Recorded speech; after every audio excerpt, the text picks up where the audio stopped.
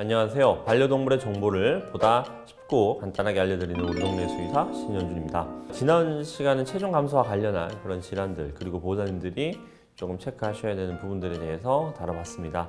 오늘은 그 시간에 이어서 체중이 이제 증가하는 그런 상황에 대해서 조금 다뤄보려고 합니다. 체구에 대한 이상적인 체중이 있는데 그 이상적인 체중을 10%를 넘을 경우에는 오버웨이트에서 과체중이라고 하고요.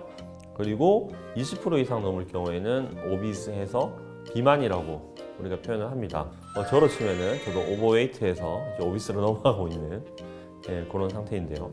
일단 체중이 는다라고 하는 거는 일단 간단해요. 많이 먹어서 그렇고요. 많이 먹고 운동량이 부족해서 그렇습니다. 그래서 저는 그 두 가지를 다 병행하고 있기 때문에 살이 찔 수밖에 없는 거고요. 일단 그 조사에 따르면은 강아지와 고양이에서 한 50% 이상은 과체중 혹은 비만이라고 합니다. 그리고 그 비율이 강아지에서는 한 37% 정도가 증가하고 있는 추세고요. 고양이에서는 한 90% 정도 증가하고 있다고 합니다. 일단 우리가 체중이 늘었을 때, 우리가 동물들이 체중이 늘었을 때 이게 진짜 체중이 는 게 맞느냐? 이게 무슨 말이냐면 순수하게 그 체조직이 는 게 맞는지에 대한 체크가 필요합니다. 복수가 찬다거나 아니면은 흉강에 흉수가 찬다거나 아니면 말단이 이렇게 부어서 부종이 있는 경우에는 체중이 늘 수가 있습니다. 이런 경우는 반드시 우리가 체중 증가에 있어서 먼저 배제해야 하는 내용들이고요. 심각한 내분비 질환을 가지고 있는 경우, 호르몬 질환을 가지고 있는 경우에는 또 체중이 늘 수가 있습니다. 그리고 고지혈증 있는 경우에는 그 기전은 정확하지는 않지만 체중이 는다고 알려져 있습니다. 또 뭐 이런 내용들이 있기는 합니다만 사실 우리가 체중이 증가할 때 가장 1번은 보호자님이 주시는 사료와 간식 때문에 체중 느는 경우가 대부분이라고 생각을 합니다. 실제 우리가 주는 어떤 작은 사료 아니면 작은 간식 하나가 매우 작다고 느끼는데 우리 시각에서는 이제 아이들이 먹는 기준에서는 굉장히 많은 양이 될 수가 있습니다. 그래서 저는 간혹 이제 진료를 볼 때 보호자한테 말씀드리기를 이거를 제가 뭐 한 90kg가 넘으니까요. 이거를 우리가 3kg가 된 아이한테 하나를 줬다면 이거는 저한테 30개를 주신 거랑 동일하게 생각을 하시면 됩니다. 그래서 우리가 귀여워 하면서 한 번 주고 두 번 주고 그리고 세 번 줬다면 저는 그거를 90개를 먹은 게 되는 거죠. 실제로 주는 간식 칼로리와 보호자님이 느끼는 이게 양하는 엄연한 차이가 존재하는 거고요. 거기에서 가장 문제가 돼서 체중 조절이 실패하는 경우가 사실 많습니다.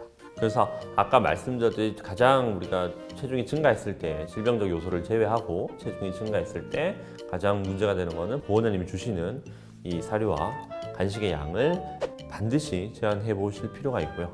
그렇게 해도 만약 살이 빠지지 않는다면은 보호자님이 이제 해볼 수 있는 게 운동량을 좀 늘려보는 방법이 있습니다. 하지만 운동량을 좀 가한 체중에서 운동량을 늘리는 건 사실 쉽지 않고요. 그리고 실제로 이 아이가 정형외과적인 문제가 있거나 신경 쪽에 문제가 있는 경우에 이런 활동하는 게 굉장히 애로사항이 있을 수 있어요. 그래서 과체중이라고 해서 운동을 어쨌든 열심히 시켜서 살을 뺀다라고 접근하는 것은 굉장히 좀 위험한 발상일 수 있습니다. 그리고 아까 말씀드렸듯이 이런 상황들을 제외하고 또 이제 살이 찔 수 있는 경우에는 간혹 피부약이나 아니면 면역 질환들 때문에 약을 처방받고 나서 식욕이 막 올라가면서 살이 찌는 경우도 있는데요. 우리가 쓰는 약물 중에 스테로이드 약물과 그리고 항경련제 등은 대표적으로 식욕 중추를 촉진시켜서 살을 찌게 할 수 있습니다. 그래서 약을 이렇게 먹는 경우에는 살이 좀 찔 수가 있고요. 실제 반대로 약을 또 끊으면 체중은 다시 돌아갈 수가 사실 있죠. 약으로 인해서 인위적으로 식욕이 올라간 거라면. 그리고 체중이 증가할 수 있는 가장 대표적인 질환에는 호르몬 질환 중에 쿠싱 증후군이 있습니다. 부신피질 기능 항진증인데요. 이 쿠싱 질환을 가지고 있으면은 밥을 많이 먹고 오줌을 많이 보고 과하게 호흡을 헥헥거리는 증상들을 또 2차적으로 볼 수가 있습니다. 그리고 말단 비대증 역시 체중을 좀 증가할 수 있는 호르몬 질환 중에 하나고요. 이러한 호르몬 질환 이외에 또 대표적인 비만, 그러니까 체중 과체중을 유발하는 호르몬 질환에는 갑상선 기능 저하증이 있습니다. 자, 갑상선 기능 저하증은 우리 대사율을 감소시키게 되는데요. 이 갑상선 기능이 저하되면은 식욕은 정상 혹은 조금 감소하는데 일단 대사율이 감소되기 때문에 실제로 체중이 증가하게 됩니다. 주변에 보면 진짜 비정상적으로 체중이 많이 불어 있는 아이들이 있는데요. 그런 아이들은 대부분 갑상선 기능 저하증을 가지고 있는 경우가 정말 많습니다. 그래서 정말 뭐 보호자님이 먹는 거를 신경 써서 관리하고 있음에도 불구하고 다이어트 사료도 먹고 활동도 유도하고 하는데 체중이 너무 계속 늘어난다 아니면 안 빠진다라고 하신다면은 지금처럼 이런 호르몬 질환, 특히 갑상선 기능 저하증은 반드시 고려되어야만 합니다. 그리고 요새 많이들 하는 중성화 수술도 실제로 체중을 조금 늘릴 수가 있는데요. 이거는 특히 고양이에서 한 하루에 소모하는 열량을 24%에서 33%까지 줄여질 수가 있어서 아무래도 대사율이 감소가 해서 중성화한 경우에도 비만해지는 경향이 있습니다. 그래서 저희도 이제 진료를 볼 때 이제 체중 증가로 내원하신 경우에는 일단은 뭐 복수나 아니면 뭐 흉수 이런 말단 부종과 같은 부분이 있는지 먼저 확인이 필요하고, 만약에 그런 뭐 흉복수가 차는 상황이다, 말단 부종이 있는 상황이다라고 하면 그 원인 진단에 대한 진단을 통해서 치료 계획을 세워야 되고요. 만약 그런 것들이 없는 경우라면 복부 내에 뭐 종양이라든지 큰 덩어리 같은 게 있지는 않는지 이런 걸 먼저 확인을 하고, 만약 그런 것도 아니라면 사실은 이제 먹는 걸 얼마나 먹고 있는지 체크가 필요합니다. 그래서 과하게 먹고 있다고 판단이 되면은 그 급여를 좀 제한을 해서 테스트를 좀 해봐야 될 것이고, 만약 먹는 것도 특별히 문제가 없다라고 하면 아까 말씀 쿠싱 증후군, 그리고 말단 비대증, 그리고 인슐리노마 등을 의심할 수 있고요. 만약 식욕이 는 게 아니라면 갑상선 기능 저하증이나 고지혈증 등의 호르몬 질환들을 의심할 수가 있습니다.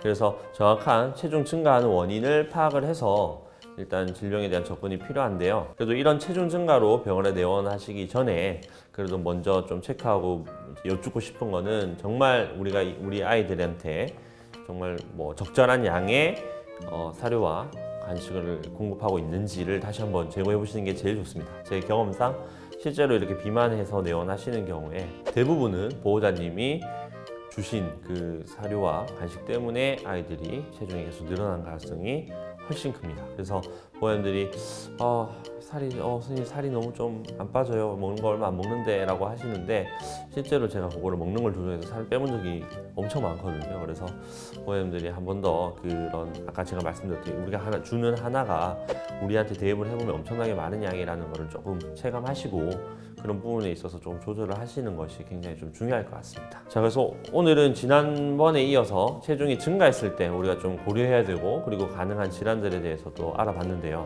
오늘 이 시간을 통해서 제가 말씀드리고 싶은 거는 먹는 거를 최대한 좀 조절을 잘 해서 우리 아이들이 비만하지 않도록 관리하는 게 1번이다.